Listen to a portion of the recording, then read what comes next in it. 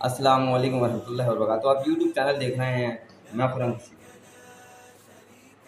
آپ کو پتہ ہے آدھا علم کیا ہے؟ آدھا علم یہ ہے کہ صدقہ خیرات بلاؤں کو ٹال دیتا ہے، اور پورا علم یہ ہے کہ ایمانداری کی کمائیوں سے، رزق حلال کی کمائیوں سے، سچ کی کمائیوں سے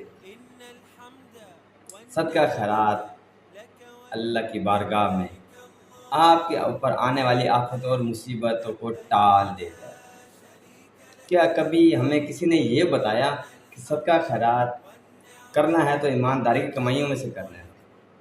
کمائیاں ملاوٹ کی نہ ہو، کمائیاں نعتوں میں فرق کی نہ ہو، کمائیاں جھوٹ کے اوپر کیے ہوئے تجارت کی نہ ہو، کمائیاں سود کے اوپر قرضہ لیے ہوئے پیسے کی نہ ہو، کمائیاں رشوت کی نہ ہو۔ نہیں، کبھی نہیں ایسا بتایا گیا ہمیں بتایا بھی نہیں جائے گا۔ پوچھو، کیونکہ ایک بہت بڑی انڈسٹری ہے ان لوگوں کی جو یہ کہہ کے اور پیسہ لیتے ہیں لوگوں سے، تو یہ ایک بہت بڑی انڈسٹری ہے جو اس پیسے کے اوپر، صدقہ خیرات کے پیسے پہ چل رہی ہے۔ تو کیسے بتائیں گے؟ بتائیں،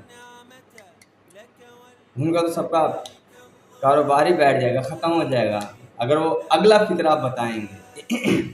ہمیں ٹوٹلی نالج غلط ہی دیا گیا نا، ہمیں آدھا علم دیا گیا، آدھا دیا ہی نہیں گیا کبھی۔ ہمیں بتایا جاتا ہے جی اگر آپ مسجد میں آ گئے تو آپ کی نماز قبول ہے۔ مجھے بتائیں پھر شمر کی قبول ہے؟ سوال ہے نا۔ پھر یزید کی قبول ہے؟ اگر مسجد میں آپ آ گئے اور آپ کی قبول ہے، یعنی آنا آپ کی قبولیت کی گارنٹی ہے، تو کمی پیشی اللہ پاک معاف کریں۔ پھر میں کہوں گا کمی پیشی اللہ پاک معاف کریں۔ میں نے ایک جگہ پڑھا شمر نے 16 حج کیے ہوئے تھے۔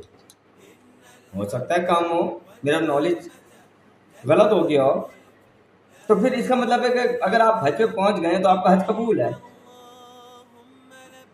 اللہ پاک نہیں دیکھیں گے کہ اس کی کمائی کیسی تھی، اللہ پاک نہیں دیکھیں گے یہ انصاف کیسا کرتا تھا، اللہ پاک نہیں دیکھیں گے کہ اس نے کس کے پیسے ناجائز کھا رکھے ہیں، اللہ پاک نہیں دیکھیں گے کہ اس نے کس کا حق کھایا ہوا ہے، اللہ پاک نہیں دیکھیں گے کس کے ساتھ زیادتی کر کے آ رہا ہے۔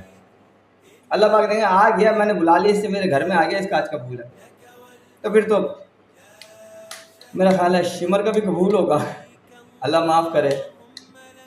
تو ہمیں کبھی پورا علم دیا ہی نہیں گیا، لیکن ہمیں آدھا علم دیا گیا، جس کی وجہ سے آج ایک ایسا معاشرہ پروان چڑھا ہے، جس میں صرف نمازیں رہ گئی ہیں اور صدقہ خیرات دینا رہ گیا ہے۔ یہ کس رستے سے آ رہا ہے، کس سورس سے آ رہا ہے، اس کی دھجیاں اڑا دی گئی ہیں۔